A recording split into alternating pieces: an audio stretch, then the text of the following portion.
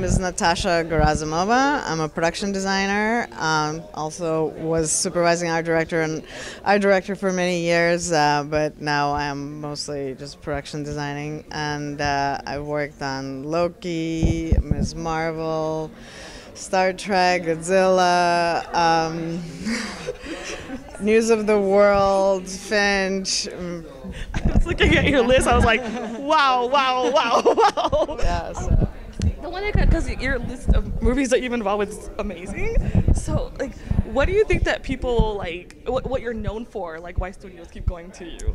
Like, what do you bring that they love having you work with them?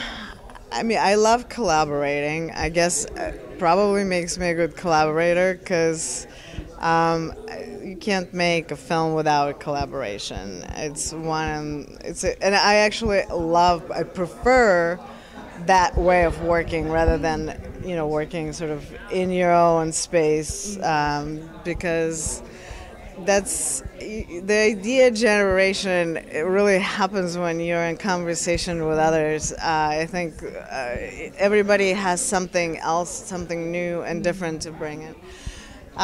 So that's probably my favorite aspect, and it's probably one of the things that makes me good at my job because it's highly collaborative. And I love fantasy, I love magical realism, I love sci-fi, and I'm very cross-genre. If you look at the body of my work, it's kind of all over the place, but intentionally so, because I do not want to be stuck in one and be bored with it. I love the exploration of different aspects of different genres, and every single project I worked on has brought something new that expanded my knowledge, expanded my creativity, and I'm here to learn, so it's a continuous process too.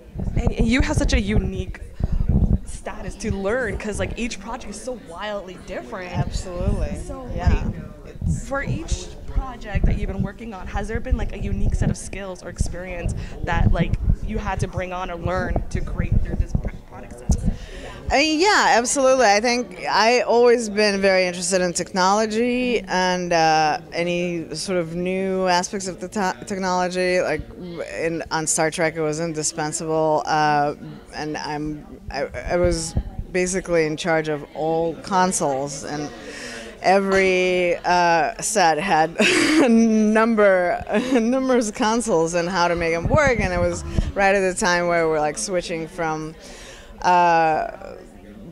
regular lights to LEDs, and we got to explore all these new ways of lighting sets, and which is a lot more efficient and actually a lot more controllable. And so technology is definitely something that I kind of bring into every project, even independent of what time period. But sometimes you have to go to authentic, like in News of the World, we had to build the main carriage, which was supposed to be taking place in 1805, and it's really hard to find people that can build like the way that it used to be, not without drills and screws. So we actually hired Amish carpenters to build us the carriage. That makes sense. Yeah. I'm like, how do you learn? Yeah, you can't learn that. I mean, that's a forgotten skill, and you have to go to people that still use it. There's not like a manual or any website. No, there isn't. Wow, So that's really unique. yeah, actually. you also go the extents unimaginable on film projects to bring the authenticity into the world that you're creating. So I'm actually kind of blown away by that. Like, that makes a lot of sense. Like, what the heck? And then when you're working on a project like Star Trek, which is like so historically known, like, do you have to like juggle, like, I have to keep this in because fans know about it, but this is more modern and useful? Like, so many like weird history props and stuff. it is.